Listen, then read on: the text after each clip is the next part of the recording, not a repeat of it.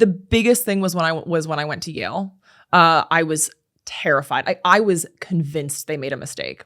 Like, they confused my name with somebody else, and somehow I'm here. Like, it was bad, and it was kind of the first time ever that I experienced imposter syndrome.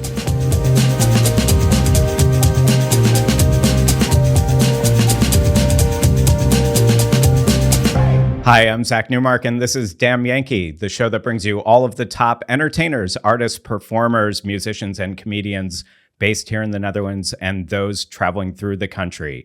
Don't forget to like, follow, and subscribe on YouTube and wherever you get your podcasts. Today, it's an exit interview of sorts with Martina Myskholid, who's finishing her time as a member of the Dutch National Opera Studio, where she had great success as a young artist and is preparing for her next adventure, where she'll be performing with the Bayerische Staatsoper this June and July, and the Teatro Regio Torino for the 2025-2026 season. Most recently, at the Dutch National Opera, she sang the role of Dido in Dido and Aeneas, and her 6 years of musical theater training before turning to opera makes Martina a multifaceted performer who draws the eyes on stage. Martina obtained her Master's of Music from Yale University. She is a graduate of the Atelier Lyrique de l'Opéra de Montréal. How's that? Did I do okay? Nailed it. Where she spent 2 seasons as a young artist, though you don't really like the term young artist. Martina, thank you so much for joining us today. Why don't you like the term young artist? Well, I'm a studio artist. You know, young is like, oh, green, and I don't feel so green anymore. I feel like I've done a lot. Not enough, of course. There's always so much more to do to check off the list. But yeah, studio artist. Let's go with that. Let's go with that. All right. But I mean, you've been singing for a long time, because you say you've been singing like since you were in the womb. Yeah, basically. Yeah. but opera has really been for like the last 10 years. And so I'm curious how you got into opera in the first place. Yeah, I guess like I've been kind of studying for 20 years now. Because I started in a choir, as one does when they're young, when I was 8. I had a really great music teacher in elementary school, and she went to my parents. She was like, Martina can like hold a tune. I feel like she should probably go into opera. She's like always singing. And so my parents were like, all right, well, let's find out. And I joined a choir outside of school twice a week and absolutely loved it. I was always like shoving my way to the front row, trying to sing the loudest. Like I was always kind of being told to blend more. And that was always hard for me because like I wanted to stand out. And from there... Couldn't tell, by the way. Oh, was it the pants? It must have been the pants. Yeah, so that was a great choir. We actually toured my first time in Europe was with the choir. We did a tour in Germany, and we had to fly into Paris because it was like near Paris in Germany. Near France, and spent a few days in Paris with my mom. My mom was one of the chaperones. My parents are super involved, have always been involved, still involved. So I'm really, really lucky. But yeah, so I did the choir, and then I went to Canada's #1 performing arts high school called Etobicoke School of the Arts. Mm-hmm. And that was after I had done... Is that in Toronto? It is in Toronto. Well, it's just outside of Toronto, GTA. Fringe Toronto. Yeah. Sorry? Fringe Toronto. Yeah, exactly. And yeah, I was like, I want to do music theater because I had played Sharpay in High School Musical in middle school when I was in grade 6. So much drama because the lead roles were meant for people in grade 8, but I was in grade 6, and like that was a really big deal. Scandal. Yeah, huge scandal. So did preparation. What is it that kind of moved you into opera in the first place, though? Yeah, so I stopped doing choir when I went to high school to like focus on the music theater, singing, dancing, acting, completely different style of singing. And then in grade 11, I took this course that one of the assignments was to explore a genre that you've never really explored before. And everybody wanted to do jazz. But I was like, not a lot of people here know that I have this like choral training background. So I'm going to sing something classical because it's kind of simpler for me than jazz. And I sang Schubert's Ave Maria, a classic. And the teacher of the course was like, this sounds amazing. Like, what are you doing? You have to like, you should really research a little bit more about opera and classical singing. And I was like, oh, classical singing is so lame. But I went home and did my research on opera. And I was like, oh my God, like massive sets. The plots are like scandalous, sexy. There's like huge like costumes, wigs, and everything in like this European tradition I felt really drawn to, also because of my heritage being Austrian and Ukrainian. And I was like, wow, opera is actually really cool. And I got a voice teacher in that style. My parents were like, okay, opera, we're doing opera. We got seasons tickets to the Canadian Opera Company. And then it kind of like the next year I was auditioning for the University of Toronto to do my bachelor's in voice performance, and I got in. And What was that? Your audition was with an opera piece or? Yes. So it was 6 pieces in 4 different languages. And so like being 18 and having to prepare this, I was like, this is crazy, because I felt like a lot of people already knew that they wanted to do this. And I, at the time, felt like I was like a little late to the game because I had so much focus in music theater. But it turns out that, you can enter an opera career at any time. So it's not too late. Do you feel like you kind of run into a lot of stereotypes when it comes to, being an opera performer versus what people's perception is of opera? Yeah, I would say that,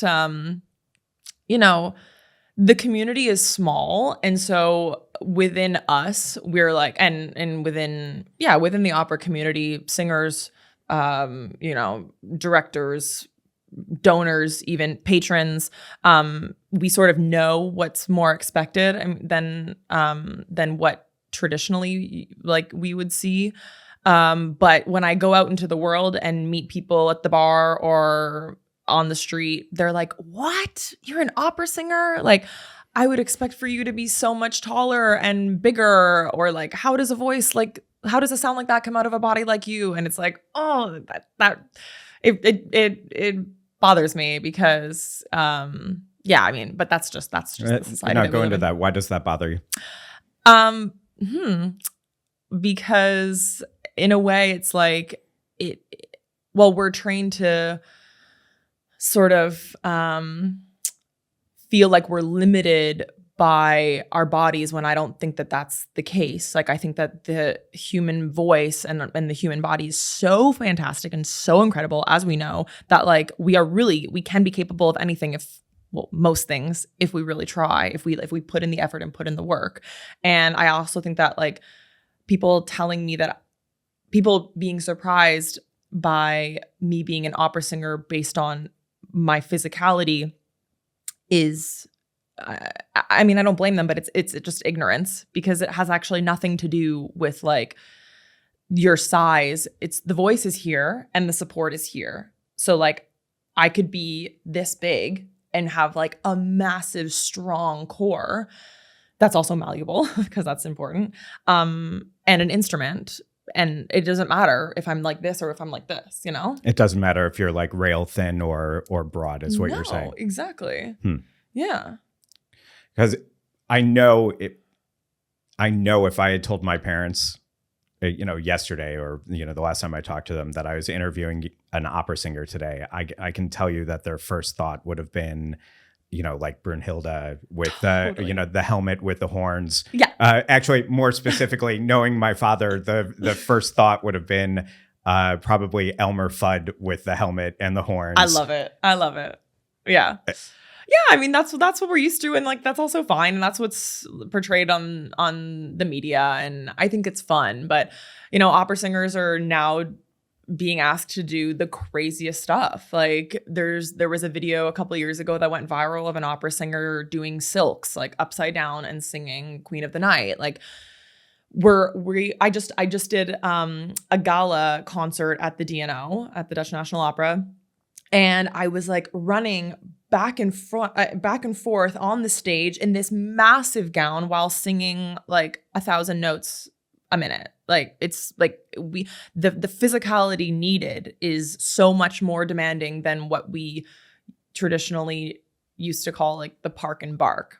So like stand there and sing. It's a lot less physically demanding than it is now. Because that's also part of your training here in Amsterdam. Also, combines physicality with the singing. Yeah. During your rehearsals, I saw something that was almost like you juggling, like balls back and forth. Yeah. We use those sort of like symbols type exercises a lot, also just to like free up the body and free up the breath. But we were doing a production last December of Die Zauberflöte, the magic flute, and it was extremely physical. Every morning before the actual rehearsal started, we had a voluntary movement hour where we did warm-ups and a small like jog type thing. And so many people came to that, actually. Like I didn't expect as many production members to be there, but they were, because the production was so physical that we really needed to train before rehearsing for the day. What was the physical element of the production itself? There was a rake. So the stage, like there was actually a platform that lifted, and a rake meaning the stage was at an angle. Yeah, exactly. Mm-hmm. Yeah. So sometimes it was on the ground, but it was always at like a slight angle. But it was also a platform, so it would raise. And there was one part where we would be singing, and in the middle we had this like 3-second break where we would jump from the stage, like from the actual like stage onto the platform and run up the platform. I don't know what it was. It had to be steeper than 45 degrees. Like it was, and then once we were at the top of it, we slid down. So before every show, we usually do a fight call if there's like some sort of physicality or whatever, just to like make sure that everybody's safe, everybody knows the choreo. But before these shows, we would do like, we would kind of like walk around the set, run up the rake, slide down the rake, like to see if we were comfortable and feeling okay that day. But like, I'm a bit of a daredevil. And so there were definitely moments where like I would go to the very tip top and like just like slide all the way down and like kind of do like a little jump and like kind of catch myself at the end. But like I live for that. I live for the danger. I mean, you could have practiced that in any Amsterdam canal house with the steep, narrow stairs. So true. Oh my God. On my own house, I live on the 4th floor and I have a dog. Imagine going up and down 4 flights of stairs 6 times a day. Yes, I've done that. I do it for my dog. Yeah, I know. All for the dog. See, now if you run up and down those stairs while you're singing. Yeah, I should do that. It's a whole new TikTok video you can put out. So or a whole true. new Instagram video. People would love it. The other thing that I wanted to ask you about is a quote of yours, actually. Oh my God. And so I'm just going to read this word for word so I get it right. And you said, and this was about your singing, it's never going to be perfect. As artists, we're constantly criticized. We're constantly criticizing ourselves. And I'll always find nitpicky things to try to fix. But at the end of the day, it's art, and art doesn't have to be perfect. And I'm wondering, is perfection something that you struggle with? Is perfectionism something that you struggle with? I can't believe I said that. That's a really good quote. And yes, 100%. Like, gosh, yes, I do struggle with perfection. I think that a lot of artists do. We are trained to like be so meticulous, and that there's almost like a formula on how to like do something correctly. But then also you have to make it spontaneous and still make it art and still make it like, music. Oh, I'm rambling here, but I think what I'm trying to say is, yes, I struggle with perfectionism. I have had feedback before that I have been too perfect. And that's really difficult to hear. That's difficult feedback to hear because of all the training that I've had, and because of like this like meticulous work that we do with our instrument and the technique of it all. So yeah, I think that I do. And it's like be perfect, but don't be too perfect. Be like really accurate with your pitches, but don't make it sound like it's like emotionless. So yes. Where does that kind of sense come from for you? Because it sounds like you had like an enormous amount of support from your parents growing up, and that you still have a lot of support from family and from friends. So where does this kind of, edging towards hyper criticism of yourself, where does that come from? Definitely schooling, education. Yeah. I think that like, the grading system, like 0 to 100, right? We're always striving to be 100. And like in school, I was really happy with an 85, but like, did I want a 95? Yeah, sure. But like, yeah. So I think that like, it's kind of taught to like always go for that, like 100%. But also in like singing, you can't have that. Like I said, like you can't have 100% perfection, because there's also nothing human in that. And the voice is human. It's the human voice. And so there is no scale of like you're 100% the best. Did this also lead you to have issues with like, self-confidence? Did you ever have issues with imposter syndrome? Oh, sure. Yeah. Like, especially when the biggest thing was when I went to Yale. I was terrified. I was convinced they made a mistake. Like, they confused my name with somebody else, and somehow I'm here. Like, it was bad. And it was kind of the first time ever that I experienced imposter syndrome, that I was like, I'm not good enough to be here.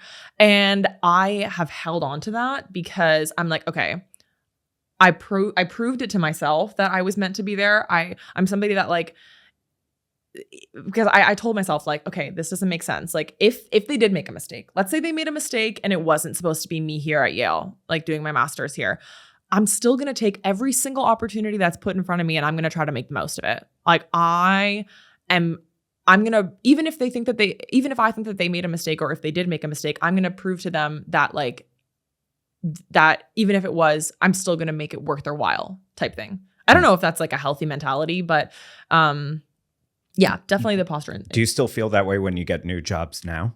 No, because I remind myself that like, that's how I felt when I was at Yale. And so like nothing can be as bad as that feeling, because it was the first time ever that I had felt that. And so now I'm like, nah. I mean, do I get nervous? Yeah. Like I'm making my house debut in Munich. This is like one of the best opera houses in the world. Am I a little bit nervous to go there? 100%. But like, what are the stakes? Mm-hmm. The stakes are really high. I've worked really hard to get here. I've made a lot of sacrifices, but like, I think that if we obsess so much with putting pressure on ourselves, like we don't enjoy it. And I just want to do something in my life that makes me happy, that I'm surrounded by people that I really enjoy. Because, oh gosh, getting philosophical, but like we literally have one life. So like, God, just like try to be happy. Don't talk shit about people. Stay in your own lane. Be a good person. Go to the opera. Do things that interest you. If you're not happy, just like make a change. Did you see Black Swan? No, actually I didn't, but okay. I need to. Yeah. If perfectionism and thinking like that. Yeah. It's ballet dancers, right? It is. Yeah. Oh man. The discipline in that art is like no other. I think for me, that's great. Good. Yeah. Be perfect, but don't be too wooden.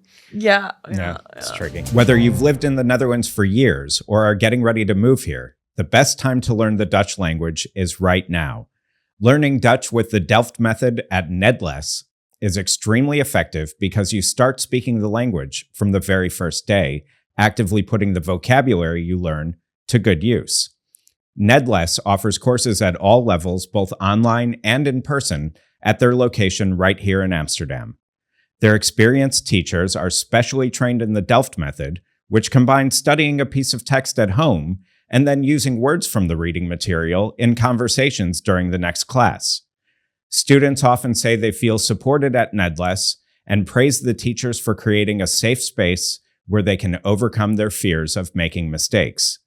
They also specialize in helping long-term immigrants, like me, tap into the passive knowledge they have about Dutch so they feel more comfortable speaking and writing in the language. Dutch classes begin at all levels on a rolling basis, so sign up today and save 10% using discount code PODCAST. Find out more at nedless.com. That's NEDLES.com. Nedless, Dutch for internationals. But is the physicality and the sense of staging that you're talking about, is that kind of, is that the way that opera is being modernized now? I mean, obviously we're talking about a centuries old art at this point, and not all, let's be honest, typically not something that young people embrace for whatever reason, either because there's other distractions, other forms of entertainment, or maybe you become more patient later. So is this form of physicality and artistic direction, is that kind of a modern take on these classic performances? Yeah, I mean, a part of me wants to say yes, 100%. Like, productions and operas are getting more and more animated, and no, I shouldn't say animated because they're already animated, but more and more visually active.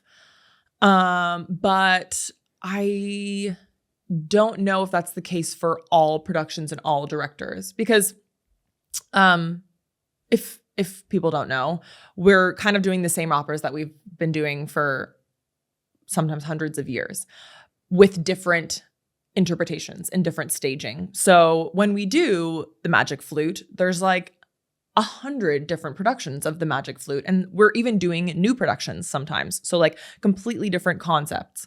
And the one that I was just talking about was a very physically demanding production. I don't know that all directors are taking that route, but I think that it is really important, especially with like how quick we receive information on Instagram and TikTok and that sort of thing. Like, videos are so short and to the point, and also so like visually stimulating. I think that that's what we need in opera for more people, more young people especially, to come. I think that like bigger things need to happen on stage that like draw the attention of the audience and keep it, not just draw it, but like keep it. And I don't know how we do that while also honoring the tradition. And I don't even know if we have to. I think about these things a lot. I can tell. I mean, because, obviously the way that you talk about the operas that you're in on your Instagram, which we were, talking about before we started recording, is, you take a method of explaining what's happening in the story in a much more, let's say, simpler fashion and a more direct fashion than the, what can be a long drawn out, musical performance to drive the story along. Yeah. So, why don't you explain a little bit about the last show that you were in, in that way that you do it, and then, what is the response to it like?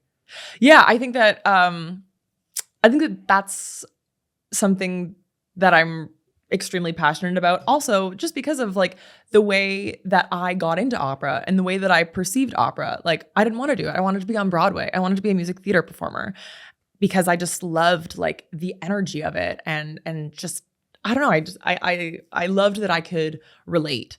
And I know how much goes into being an opera singer in terms of like the tradition.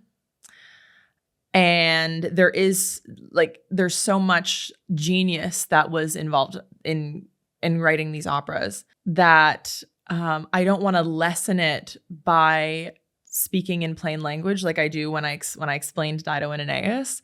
But I also think that it's important so that people can see the opera in its original state, but also understand what's going on in the story based on the way that I explained it in plain language.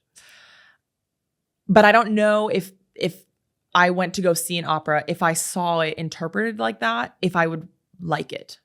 You mean like if they did an adaptation of the story in some way? Yeah. Or even if, like, I've seen it where they'll take an opera and modernize it, and so like people are in street clothes, and it's a lot more casual, and it works sometimes, and other times I don't know, it bothers me. I'm like, this isn't right. Is there an example that you're willing to talk about? There's an example that I can think about right now. There's a really great there's a really great production it was in Paris of Barber of Seville. I'm laughing because my boyfriend was in it. And it's so good, but it's set in, I think it's set in like, it must be the 70s or 60s. Oh, I feel like that I might be wrong. But anyway, it's a more modern take, but it's not like today, you know? And so there's still nostalgia in it. And everything else is very traditional. Like, obviously we don't change the music. Like, we can't change the music at all. And I would never want to do that. But sometimes it works, is what I'm saying. And then there's other things where like, yeah, I can't think of a specific example right now on like modern clothes interpretations, but I've definitely seen it, and I'm like, I don't know how I really feel about that. And I mean, I assume it also depends on the story too, because you've got Barber of Seville and Marriage of Figaro, which are both, you know, very sort of farcical, translatable stories, like translatable in terms of era, where you can kind of have the same gags even in, you know, a modern play on Broadway or in a movie right now, right? You know, like the style, in some ways, if you take some of the physical humor out of it, kind of the jokes that are in like A Noise Is Off, a show like that, are also kind of the same types of jokes in Barber of Seville. Yeah, timeless. Right? Yeah. But then if you were to do, I don't know, Wagner in a modern retelling, that might not kind of feel the same way, maybe? So I'm not the biggest Wagnerian fan. However, we did a production of Lohengrin last season, and I wasn't in it. I went to go see it, and I was like, oh God, 4 hours just over 4 hours. So I prepared. I had an espresso beforehand with my glass of wine. And then at intermission, I had another espresso, another glass of wine, and I loved it. Like, I thought it was fantastic. I was shocked as to how much I enjoyed it. I mean, it was like, so what makes Wagner so like massive is that his orchestration, like usually there are a lot more instruments in a Wagner orchestra than there is in like, you know, a Baroque orchestra, or even a Mozart orchestra. So the sound, like, it's just like a wall of sound. It's insane. Like, if you haven't been to a Wagnerian opera, prepare adequately with espresso and your choice of beverage. But definitely, like, it's an experience. So is there a dream role for you? I mean, here you're about to go to Germany and you're about to go to Italy. You know, you're leaving here. Your boyfriend's in the Paris, which opera company in Paris? He's a freelancer, so he's based in Paris, but he's never home. He's always on the road, extremely busy schedule. What's his name?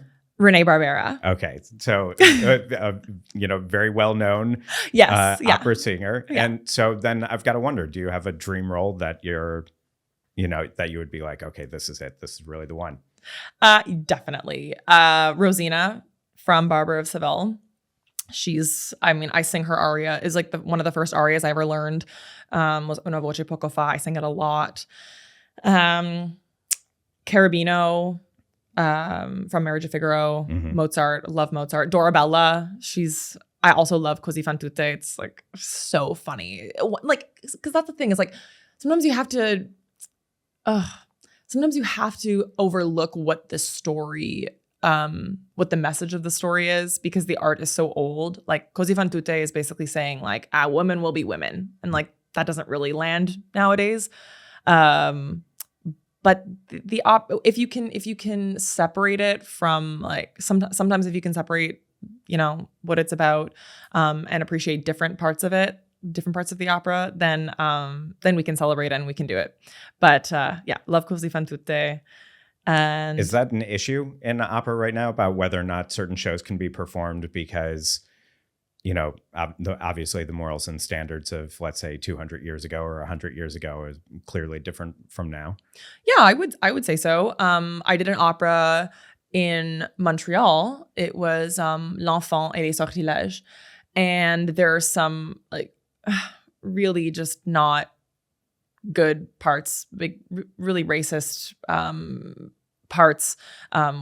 And we adapted them, of course. Like, you have to. I'm sorry. Like, I've seen productions, especially in Europe, where like you're like, yikes, like we're still doing that. That's like, it's not a good look. But more in Europe than in North America. I mean, huge things are happening in North America. Also, just for the safety of singers as well. We have intimacy coaches that are really big in North America.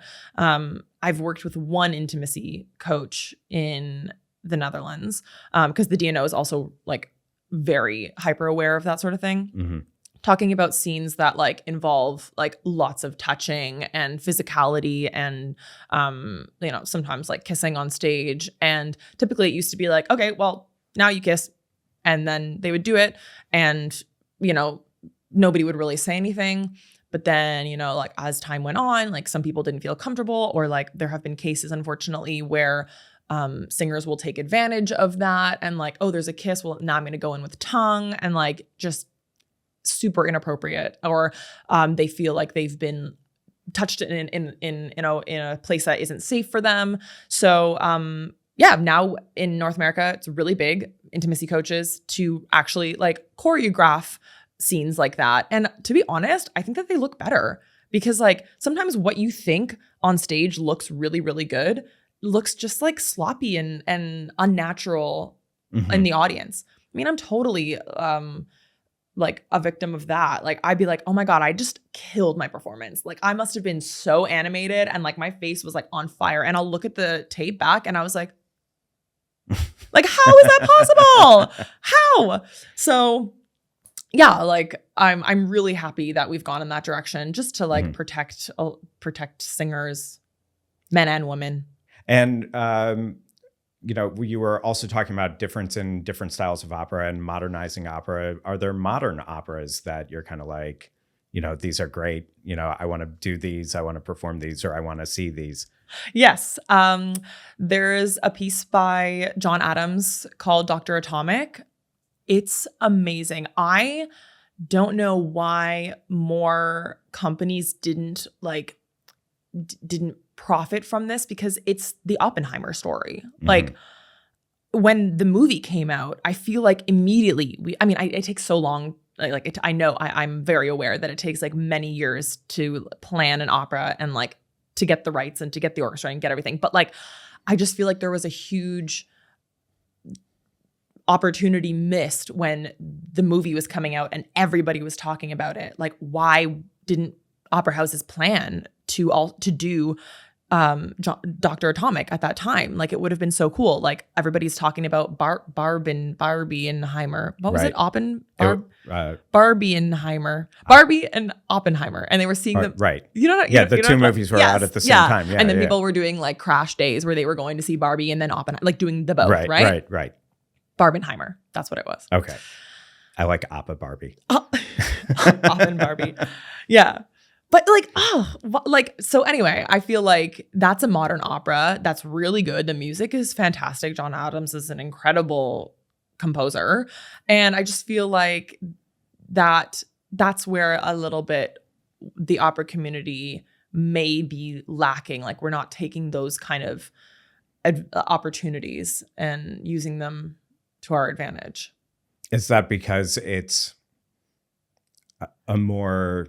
is that because it's an older art and maybe a more conservative-minded art? Yeah, but why? Form? Yeah, I don't know. How sad. Is it? Yeah, I think so. Like, if we have to be realistic. Like, yes, it's an old art, but like people for years have been saying that opera is dying. Years. And so like, but what are we going to do? Like, what are we doing? We have to somehow draw people in, and do we have to adapt? Like, yeah, we're a society and we grow and we build. So why does the opera have to stay in the past? I don't know. I guess it's kind of like taking a Monet or a Van Gogh and putting like a really fancy frame on it. Like, I guess you wouldn't do that. So maybe art people wouldn't, like art curators and art people wouldn't do that to a piece of art. So why would we do that to opera? Yeah, but here, so when the Rijksmuseum, which is, for anybody who doesn't know, the National Gallery in Amsterdam, when they were shut down for about a decade for renovations or even longer. And they'd set up kind of this a best of section, and it was a very small wing, and you could go in and it was like 45 minutes and you kind of saw the best of the Rijksmuseum before it reopened, right? And one of the things that they did with the Night Watch, which is, Rembrandt's huge famous, painting from the 17th century, there was a video artist that had created kind of a video outline storytelling about what was actually being depicted in this painting and what the story was being told by the people and the way that they were presented, and the little dog here and what the little dog's doing and what the little child's doing over there. And they projected it onto the Night Watch, onto the canvas itself, and as a form of like telling the story about, this painting in about 5 minutes. Wow. And it was super cool. And they never do it now, or I haven't seen it since, or maybe it was just kind of a limited, thing that they did. But I saw this like 15, 16 years ago, and it stuck with me all this time. So I think definitely there are ways of taking something from, centuries past and putting it in a new light, or taking an art form and kind of re-envisioning it for today. As someone who's, 28 and in opera and, clearly, loving what they're doing, what are ways that, other people or more people can kind of be encouraged to bring, fresh ideas into this art form? I think the more we are educated on like what's actually going on, like the stories, because why do we come to the opera? Well, a lot of the time we say, I'm going to go see the opera. We don't say, I'm going to go listen to the opera. We say, I'm going to go see the opera, which means that like, number one, it's a visual thing. Mm-hmm. So how do we make it the most visually stimulating? I don't know. I think that we have to have massive sets, fantastic costumes. Then there's the question, when people come, do they want to see the massive traditional costumes, or do they want to see something a little bit more modern that they can relate to? Two different paths here, right? But I think that as somebody that's very, if not me, but if somebody was very green and had never been to the opera, I think that the most important thing is to know what the story is about. So I find it really unfortunate these days. A lot of houses won't give a program anymore. And we used to get programs. We used to get programs that said everybody's name and a little bit, like a little synopsis. So we knew what was happening. Like there's never like, at the beginning of an opera, there's never like, let's explain the story and how we got here. It's always just like pin and drop. And I find that really hard, especially like when I first started coming to the opera, I was like, I don't actually know what's going on in the story. So I have no other choice but to watch. And being 17, I was like, there's not enough visually going on. So like, yeah, you need to be able to know what's going on. You need to know the story. So I think it would be really cool if we did something that was like a pre-show talk, which before people start getting mad, I know they exist. I know the pre-show talks exist, but I think that they need to be explained in a way that we can relate to. More entertaining. I hesitate by saying that, but I think it's fair. I've been to pre-show talks before where they're run by someone who's like, maybe more an academic or literary expert. And is interested, and maybe passionate, but also can't speak with passion, or is not a good presence to 100%. lead a discussion or to lead a talk. Yeah.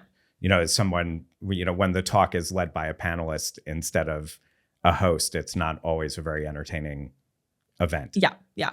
And so I think that if we had more of that, like lively, relatable plot talk, then it would be I think that we might draw more people. Also, like, people enjoy things that they understand, and people enjoy things when they can recognize something. Like, for example, I'll go back to the Lohengrin that with the has the famous "Here Comes the Bride," doon, doon, doon, doon, doon, doon, right? And so I heard that, and I was like, oh my God, I know that one. Like, people love that. And so when you hear like a familiar tune or something, like a motif was what we call, a very fancy word, then like we are automatically drawn to it because it can like spark a memory of nostalgia, or also just like a feeling of like, yeah, I know what's going on. Like, this is great. Like, understanding, we like things that we recognize. I saw, I think it's the Barber of Seville. I saw it with my wife a couple of years ago, and I knew all the music from it, and I'd never seen it before. Yeah. And I can't help myself from making pop culture jokes to my wife when we're watching an opera of some sort. I'm the one who actually likes opera. She, sort of does, but it's more like a tolerance. It's like a Dutch tolerance thing. And, the music starts, and I leaned over to her and I said, oh, is this the part where Trading Places gets underway? Because it's, the opening of Trading Places is the same piece of music, yes. Or, I'll, lean over and whisper something about, oh, this is where Elmer Fudd's chasing Bugs Bunny around with the scissors. Exactly, Bugs Bunny. Yeah. And it drives her crazy, but to me, I'm just cracking up. Like, it drives her crazy that I'm making the same dumb jokes every time. Yeah. But to me, it's still, every single time, it's hilarious. And then the fact that she just gets annoyed is really funny. Yeah, me, we love it. Yeah. But like, that's what's so fun, Americans, you still have one last chance to collect the extra $1,400 the U.S. government owes you from round 3 of the stimulus package if you're behind on your taxes. The experts at My Expat Taxes can guide you through the process, just like they helped me. If you haven't filed taxes in the U.S. in a while, or ever, My Expat Taxes will quickly and easily bring you up to date with the IRS. That way, you can still collect that stimulus check, but only if you sign up and file by June 16th. Even after living abroad for 17 years, American tax bureaucracy used to feel like a Kafka-esque nightmare for me, but not anymore. My Expat Taxes gives me a real sense of relief with their easy-to-use, up-to-date software, maximizing tax benefits like the foreign earned income exclusion, and they even filed my bank account reporting at no extra charge. They are secure and reliable with a commitment to data privacy and confidentiality.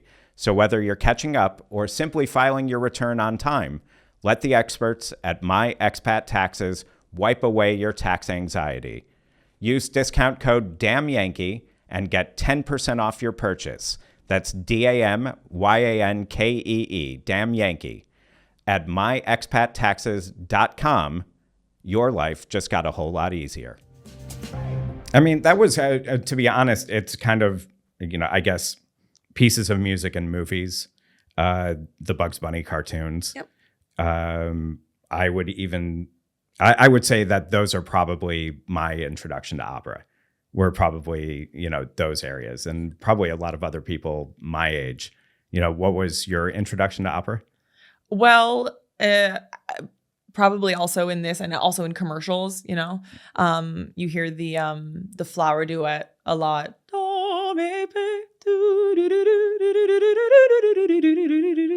You get that a lot. Mm-hmm.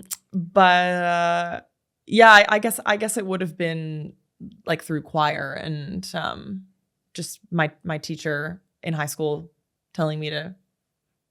Oh, but what was the specific? But that was a little bit later. I mean, what was actually? Is there a moment where you kind of remember your first introduction to either opera or an opera piece? I don't know if I had a moment like that, because at my grandparents' place, classical music was always sort of playing in the background. So I don't remember like a a specific time where I can be like, what's that type of music playing? Because it was always sort of there in the background. What was your childhood like? Oh man, I was in activities every day. My parents are both teachers, retired now, but my dad was a phys ed teacher and my mom did fashion, like family studies, and then was a guidance counselor. But so every day I had a different activity after school, like girls club on Mondays, twice a week was choir, Tuesdays and Thursdays. I played tennis in the summer. I was on a swim team. So just crazy busy all the time. Yeah. I'm also a trained lifeguard. I worked as a lifeguard for many years. My summers were spent at summer camp and then as a camp counselor. And were you the one who was always singing while you were at camp? A little, yeah. I was always the girl with the guitar. Yeah. Also self-taught guitar. I was in piano lessons I started piano at the same time that I joined the choir when I was 8. Do you still play? Yeah. Not solo piano, but like, of course, when I'm warming up or when I have to like learn a new piece, I'll definitely like figure out the chord structure and try to so that I can get like a good sense of what's If you're going at on. someone's apartment and they've got a piano and everybody's kind of there having a few drinks, are you going over to the piano and playing something or No, that's not me. No. I mean, most of my friends are musicians anyway. It's just like the way that it goes. And so there's like usually a pianist in the room that's a lot better than me, and they'll take the keys. And what about guitar? It's been a long time since I picked up my guitar. I mean, I could definitely still play. I took a few lessons. Another thing that my parents put me in. So blessed. But mostly I was self-taught. Yeah. Do you play anything else? I played the violin for 3 or 4 years, and then I picked it up again for 1 year in college. And it's my dream to learn to play the accordion. The accordion? Yeah. Why? I don't know. I love the sound. There must be like some sort of like Ukrainian like drive to go. It's like a very Slavic instrument. And so like, yeah, I would love to learn how to play the accordion. It's just such a great sound. Like I just love the like it's so cool. And I feel like I could sing and play at the same time. Like, imagine if I was like the singing opera singer with the accordion. I'm sure they exist, but like, is this would this be you on stage or would this be you busking for coins in front of a museum? Oh my God, no! Those days are long gone. I have definitely busked before. Very, very fun. In 2018, when I was sort of doing like a 3-month backpacking trip throughout Europe, did a little bit of busking. What did you do? What was your act? Oh, just like singing a cappella. You just put the cup down and I just sing songs that people know. Ave Maria. What were the songs? Ave Maria. What else? Did you have a set? No, I didn't have a set. I was traveling with my boyfriend at the time actually, and he's like an actual busker. Like he has been featured like online in news articles and whatever, and like very proud to say that like he put himself through school by busking. So I will admit that he did a lot of he pulled a lot of that weight, but I was still there and I would sing a couple little ditties, but mostly. What was his act? Ave Maria. His act was Ave Maria. Yes. So he was singing also. Yeah. Oh yeah. He's a singer. Yeah. Like I was thinking like one of you might have been, a juggler or, Nah, we're always singing. Always singing. Yeah.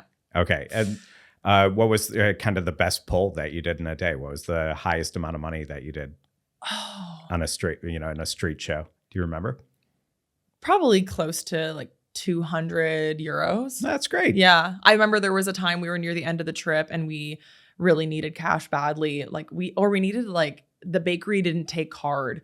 And so we needed like a baguette and whatever else. And I was like, oh, just go over to that little corner over there and like sing Ave Maria 2 times. And he did it. We made a couple bucks and then went and bought our bread. It's perfect. Yeah. See, it's good. It's good to have a skill. Yeah, totally. So anyway, we got kind of off the beaten path a little bit where we were talking about kind of first memories and childhood growing up, and then going into the busking. But now you're here and now you've been in Amsterdam for 2 years. 2 years. Yeah. And what do you think of the city? I mean, you're going to be leaving soon. I know. And oh gosh, like so funny. When I first moved here, I had no idea that it rained so much. I just had no idea. I don't know how I didn't know that. Like that's like a very significant part of being in the Netherlands. Yes. I just did not know. So that was a bit of a shock, mostly because like I don't love the rain. Give me snow over rain any day. I am a Canadian through and through. I'm with you on the snow. Yeah, totally. Chicago, like Definitely. Yeah, you get it. Also, my dog hates the rain. I have a tiny dog. I got her when I was living in the States. I call her my street rat from Texas. I just keep collecting them.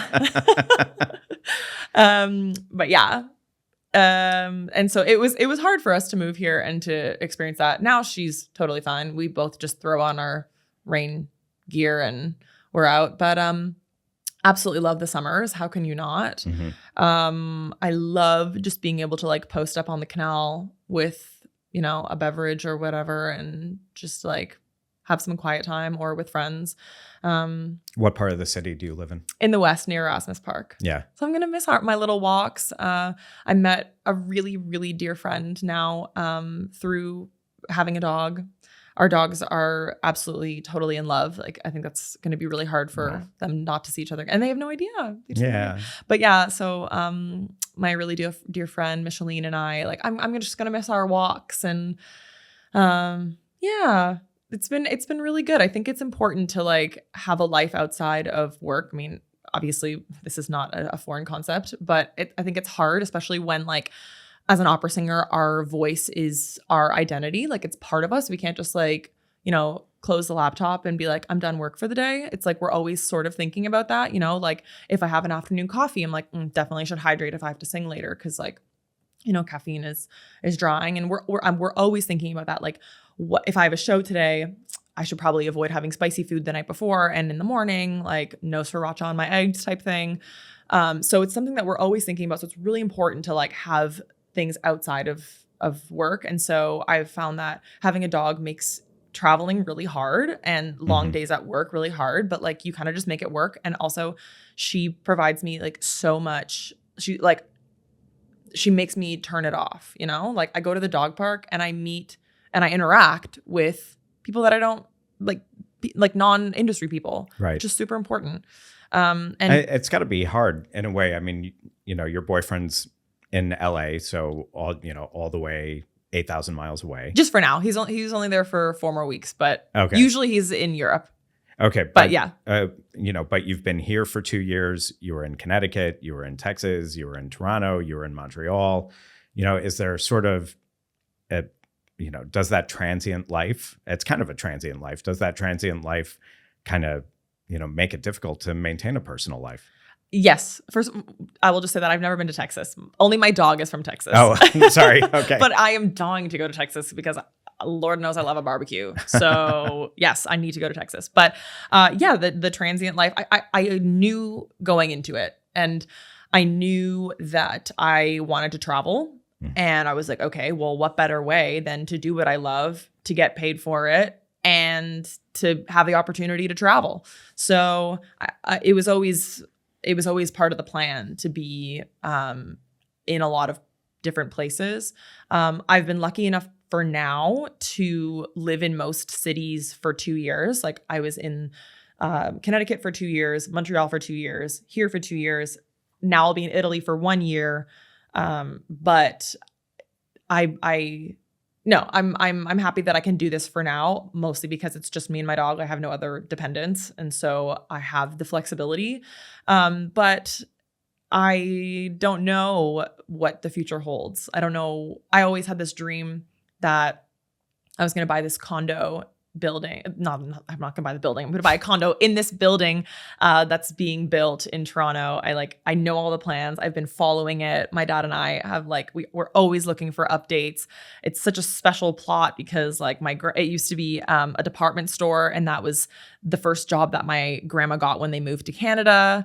And so I just know that her feet walked that path, and now they're going to build this amazing complex with a sound garden and a dog park and little boutiques and stuff in the bottom. So I have dreams of going back home to Toronto and having a base there.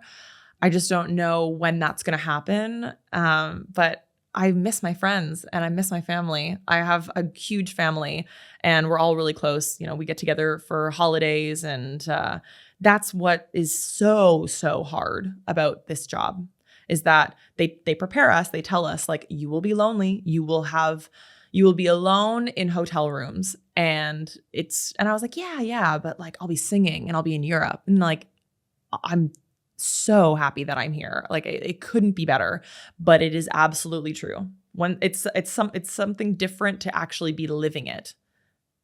What's that moment that's actually the hardest? Is it when you get home after a show, or you get back to the hotel after a show and it's just you? For me, it's kind of a slow burn. Like the career's full of highs and lows. Like, just imagine, like I sang Dido. So you have like a house of hundreds of people cheering for you, and you feel so like appreciated. It's an incredible feeling. I've only ever really done smaller roles before, and when I did Dido and Aeneas, I got the last bow, which was like, oh, it's just so crazy. Like an auditorium full of people cheering for you. There's like, it's hard to beat that. It's pretty amazing. But then you come home and you're like, whoa, now I'm alone. I'm lucky that right now I have a roommate. And so like when I go home, I'm not actually alone. And of course I have my dog Lucy. So she makes it so much more easier. Like, oh my God, I don't know what I would do without my dog. Mm-hmm. But yeah, it is. I always, every single day, have this like small piece of me that is sad because I miss my family and friends. Well, that's sweet. I mean, it's sweet. It's sad, but it's sweet also. I mean, does it sort of take you in a direction maybe of trying to get back to North America at some point, or are you just kind of going down this rabbit hole of your career for the time being? Yes to both. Mm-hmm. I just had a meeting with my manager, and he was like, so like, let's like see if we can get you a couple contracts in North America. And I was like, yes. I always like, I love the European opera market. Like it's what I love the most. But to come home and like to sing even in North America, like it doesn't even have to be in Canada. I mean, COC is the goal. Like I would absolutely love to come home to Toronto, but I think that I would like to do that. But for now, I don't have anything on the schedule, on the agenda to come home. But so kind of rabbit holing it for now in Europe. Yeah. And do you have any idea what the first performances are that you're going to do once you leave the Netherlands? Yes. So I'm singing a small role in Munich. That's where I go next week, actually, in Fauré's only opera called Pénélope. It's in French. I love singing in French. And then I go to Italy, where I will sing, I think it's 3 or 4 roles on the main stage. Please refer to my website for those announcements, for the names specifically. But yeah, no, I do know what I'm doing, and they're really good, actually. I'm super excited about them. And any experience right now to be on stage is like exactly what I want. I just feel like I have all this training, and coming to the Netherlands, I was finally able to like put it on its feet. It's almost like you have this like fantastic engine that has been like whittled and twiddled with so much. What is this analogy? But you just need the car, and you need to like get it on the road. And I feel like that's where I was. And so coming here, actually getting the chances to do like some really great roles, Second Lady in Zauberflöte, Flora in La Traviata, these are like really great roles that I want to do again and again. Obviously Dido and Aeneas. To have the opportunity to do that was just like great. So just have you ever performed with your boyfriend? Yes, that's where we met. Really? Yeah, we met on a show.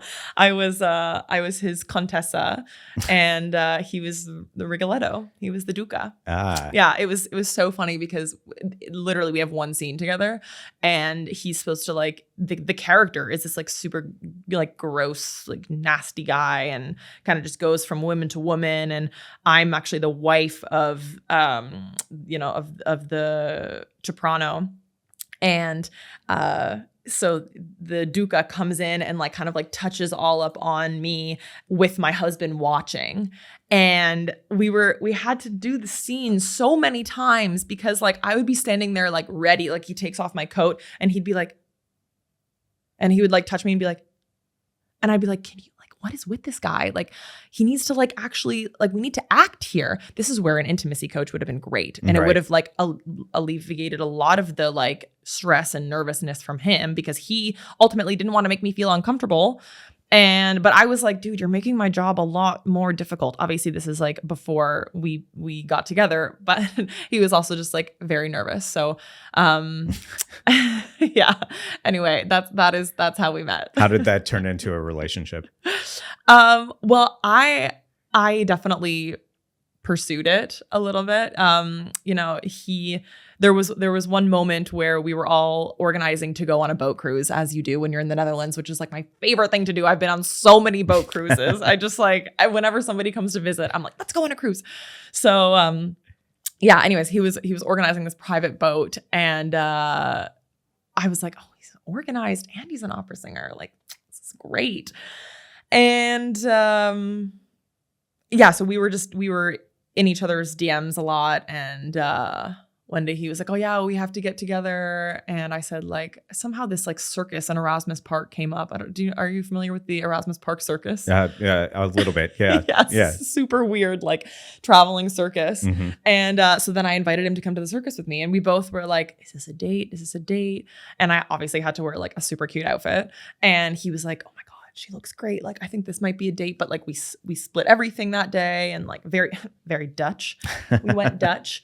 And yeah, then it was like kind of clear. Like we had a lot of similarities, both of our parents being in education and like kind of like similar upbringings with like choir. And I mean, it's not an unheard of thing, but we also have a lot of interests outside of opera, which I think is so important, as I've said.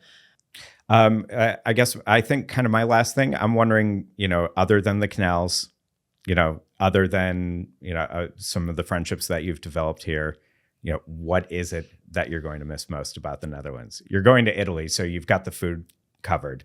So that's fine. But what are you going to miss most about the Netherlands when you leave?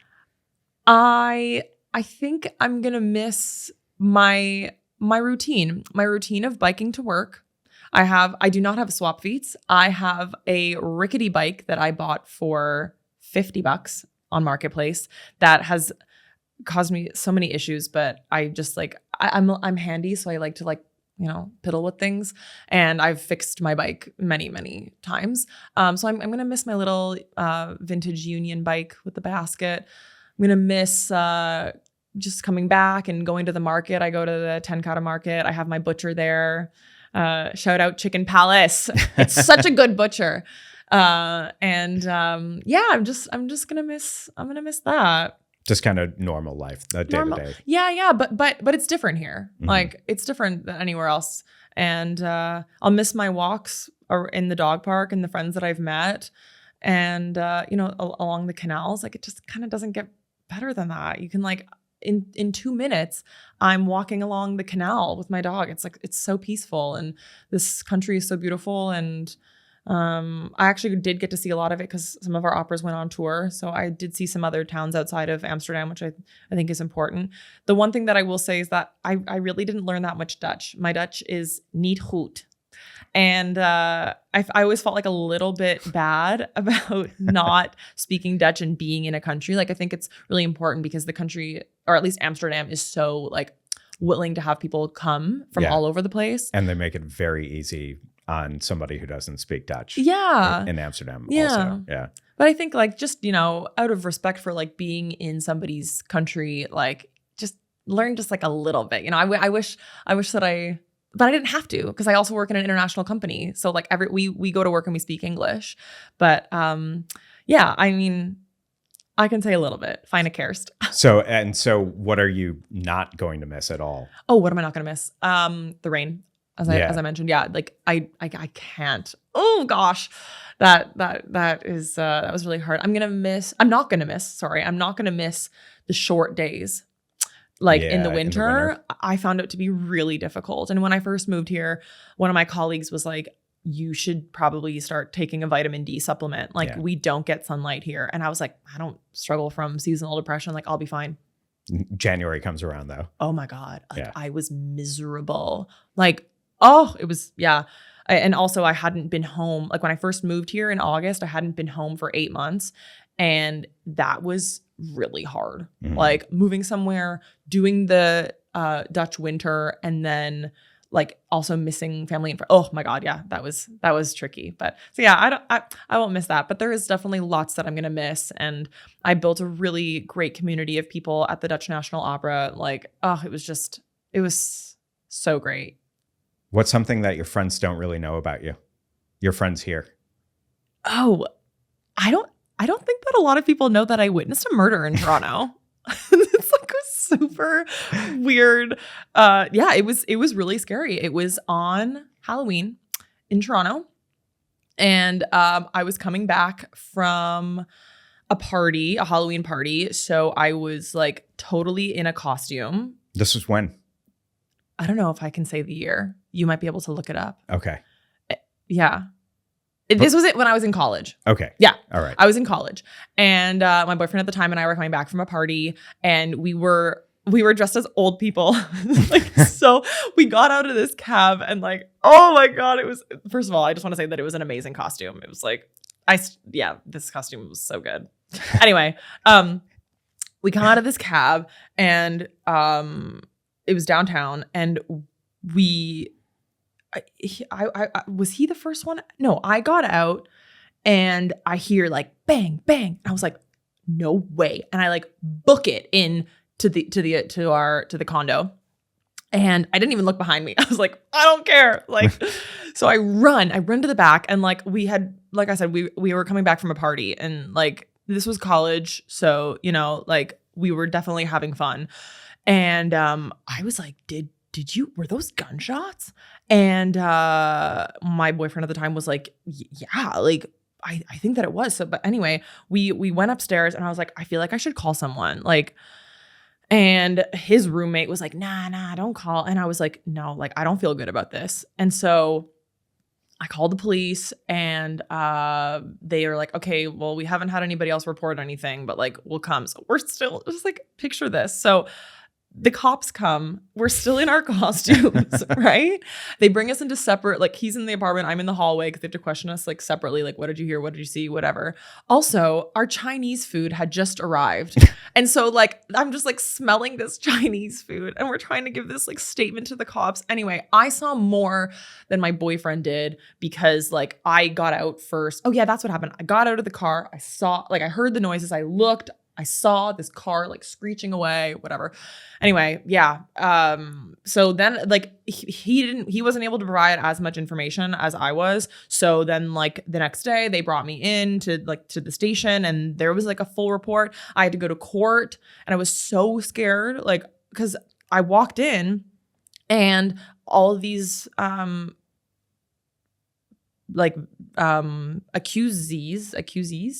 were accusees. Accused. That sounds like a very cute term for a suspect.